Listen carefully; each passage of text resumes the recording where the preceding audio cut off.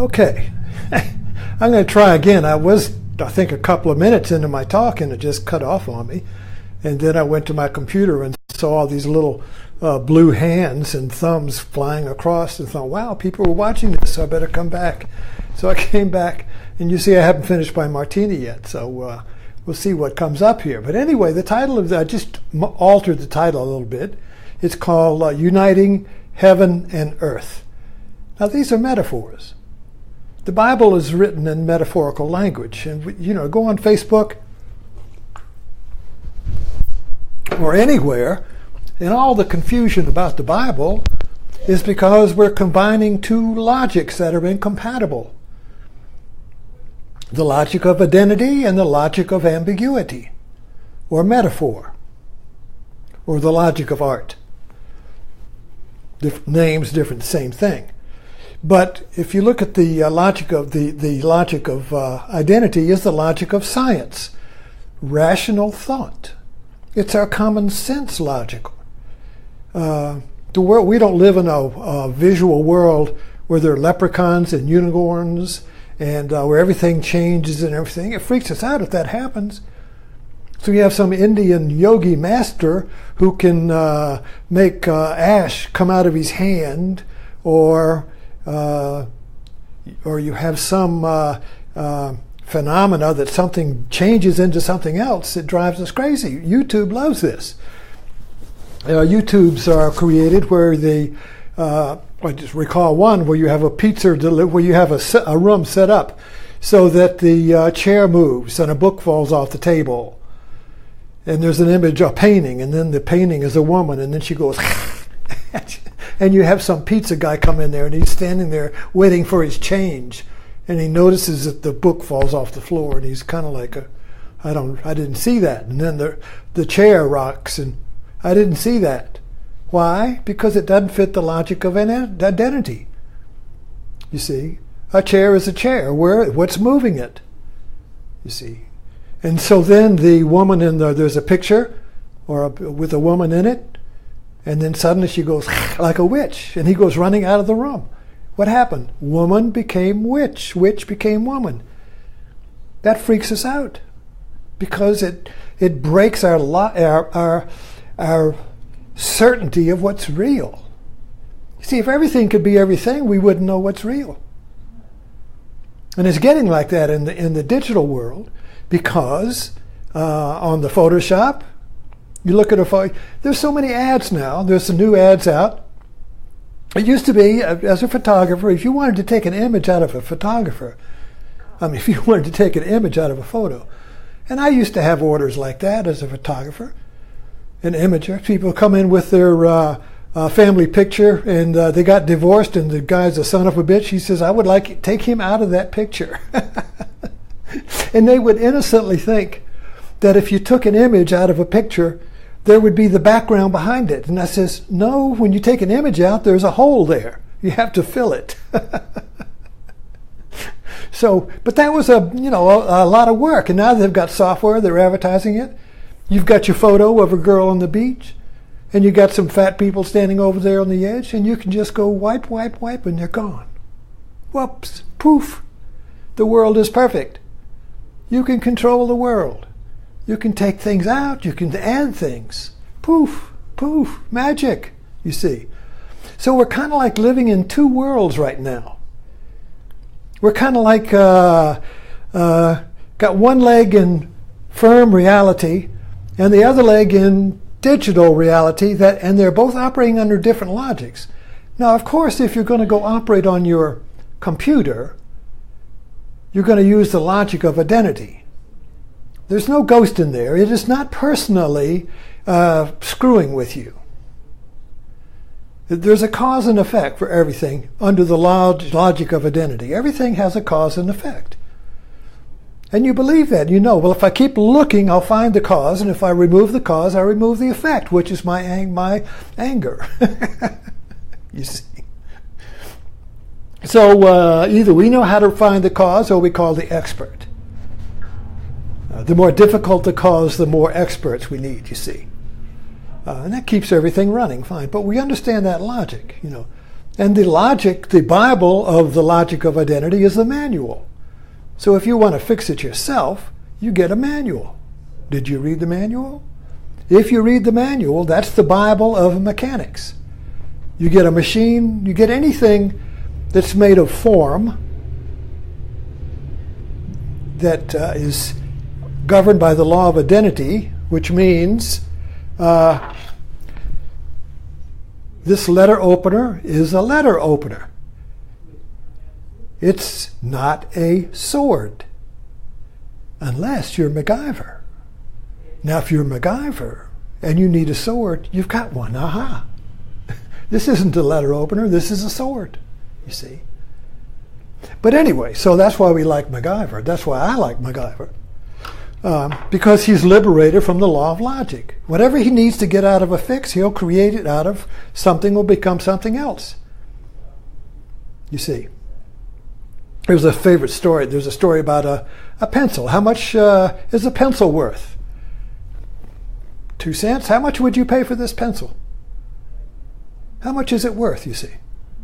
Well, what if you could sign this check, you'd get $1,000, but you need a pencil?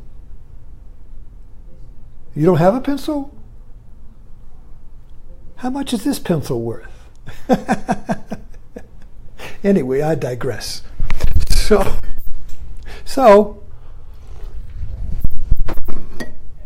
the law of identity has us locked into form.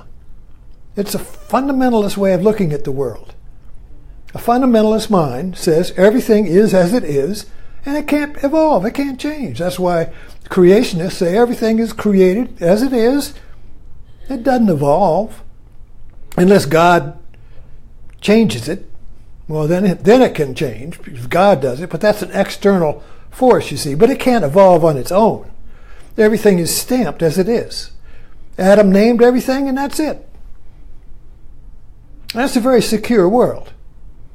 Everything is as it is. Families operate under this. You're the ugly kid, you're the dumb kid, and that's who you are. You'll be dumb forever.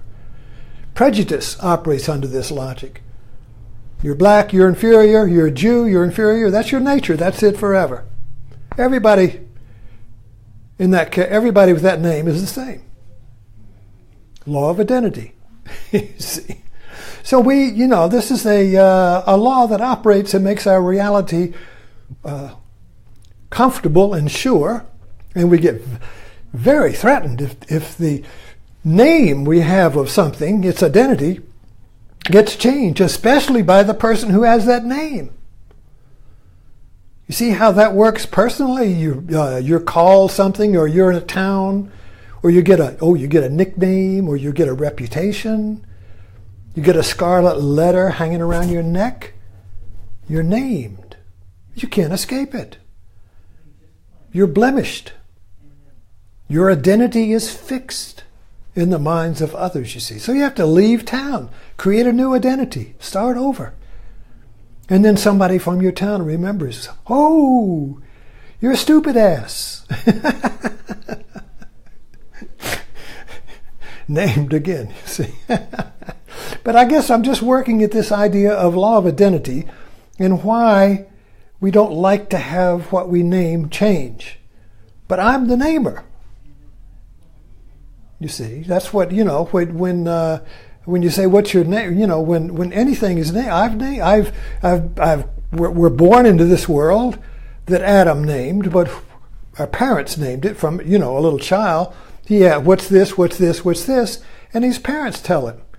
So for the child, the parent is Adam, naming everything. And he categorizes it, and he gets all the information, builds up a database, and he learns it very fast. He knows everything's name, and he's very proud of knowing the name.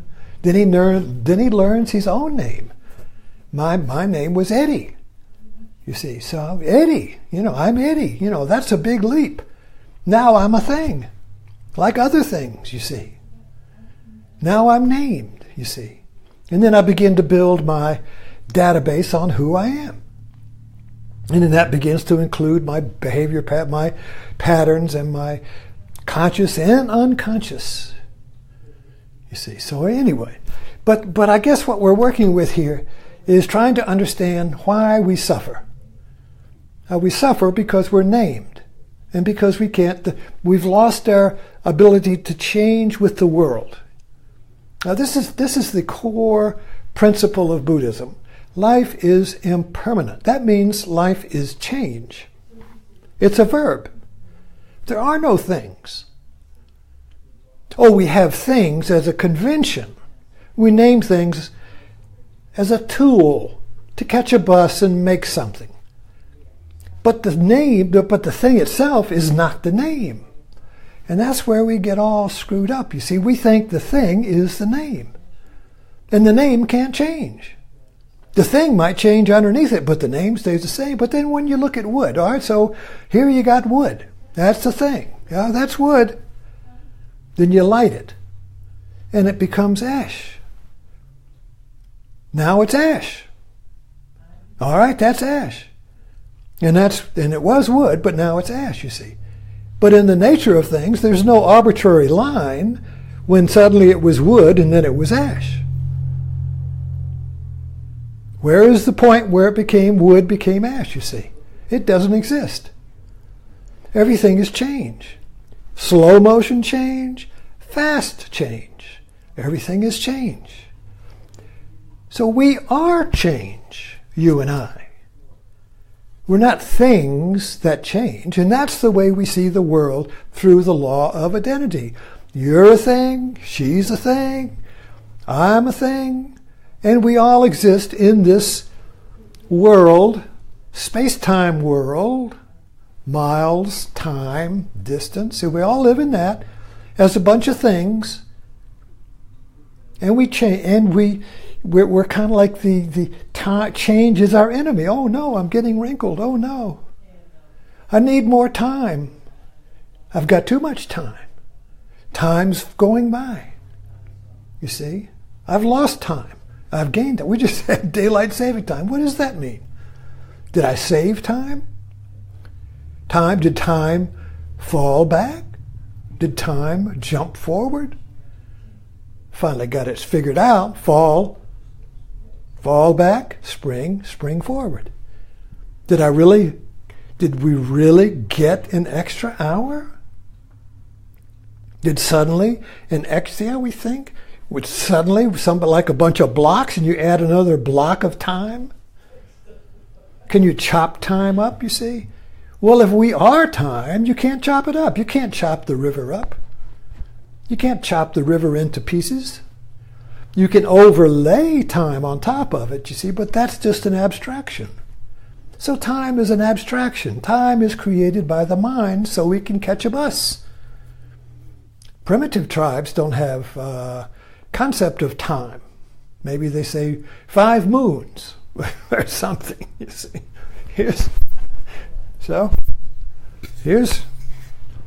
There's time, right?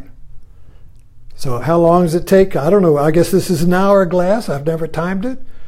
Takes an hour for this sand to get into that bowl there. You see?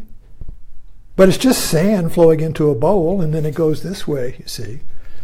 So I've created the idea of time over that, you see, for a function, for a purpose, you see. And also to fit into the law of identity so we can make things. You can't make anything if you don't have time. How long does it take you to cook that egg? Oh, I did. It took 3 minutes. Okay, well then I can reproduce that beautiful egg if I cook it for 3 minutes. Or whatever the rest. So cook's no time. Can't cook without time. And so, you can't, so that's so you can reproduce what you make if you have time. That's an ingredient, But that's all conventional. That's all tools. So time is a tool. And the law of logic is a tool. But we think reality functions under the law of identity. Not the law of logic, but the logic of identity. In the same way that we think the name we name something is what it is. Or if somebody says something bad to me and makes me hurt, I believe they are the cause of my pain or pleasure. If I see a donut, I think the pleasure I get from wanting that donut is in the donut. The pleasure and the pain is not in the object, you see. It's in me, but I throw it out there and think it's in the object. In the same way that I throw the names out there and think everything is a name. And then when you have a name, you have a definition, and then adjectives, and the whole thing begins to build. So we live in a whole reality of accumulated names. And we're missing the basic change on the living reality underneath it, you see. So the law of ambiguity, and I got that term from Albert Lowe, so you won't find it anywhere. I guess there are different names for it. Quantum physics has a name for it. I can't think of it right now. But it's trying to understand life as change rather than life as static. Life is a verb instead of life is a bunch of nouns. Nouns and verbs is part of our grammar, and we think that reality fits our grammar. We have an Indo-European grammar: subject, verb, object. Subject does something, verb to objects. And we think that's the way reality works. But it's basically just the way our language works. Some languages don't have nouns. They're just all verbs. You see, every language is different. So, the law of ambiguity is the law used in art and religion. But we get into deep doggy-doo when we apply the law of logic to religion, because religion should be understood like art. Metaphor, myth, parable. Jesus talked in parables. He wasn't talking like a scientist. He's a poet. You see, and the Bible is poetic.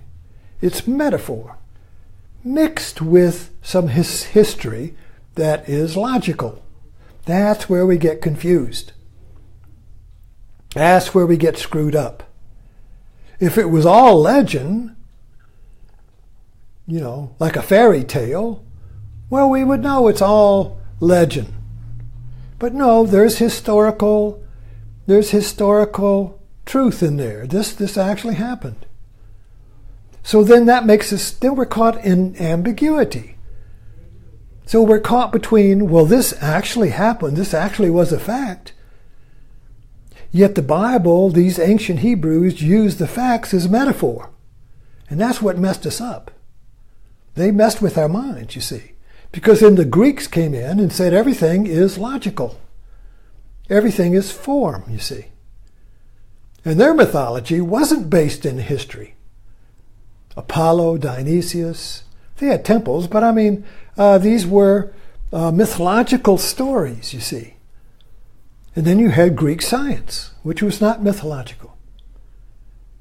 Of course, Hinduism combines the two there. You can go in India, you can find where Shiva walked and where all these gods actually did things.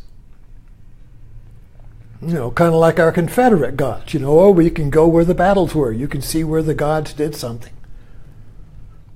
Oh, this is Gettysburg. This was the great Bhagavad Gita, the Battle of the Bhagavad Gita at Gettysburg. The clash of civilizations, you see. So, I think my bell rang. Okay, well, I hope this apparently stayed with me, and let's see if we can't pick this up again, because it's a very important subject, and it's one I've been working on all my life. I'll be 81 next year, and I've basically been trying to understand ambiguity and change and the union of heaven and earth. How do we bring these two together? Because the law of identity says earth is earth, heaven is heaven, and never shall they meet. But the law of ambiguity says, oh yes, you can have heaven on earth. Yes, how do you do that? What does that mean? Let's talk about that later. Thank you for dropping in.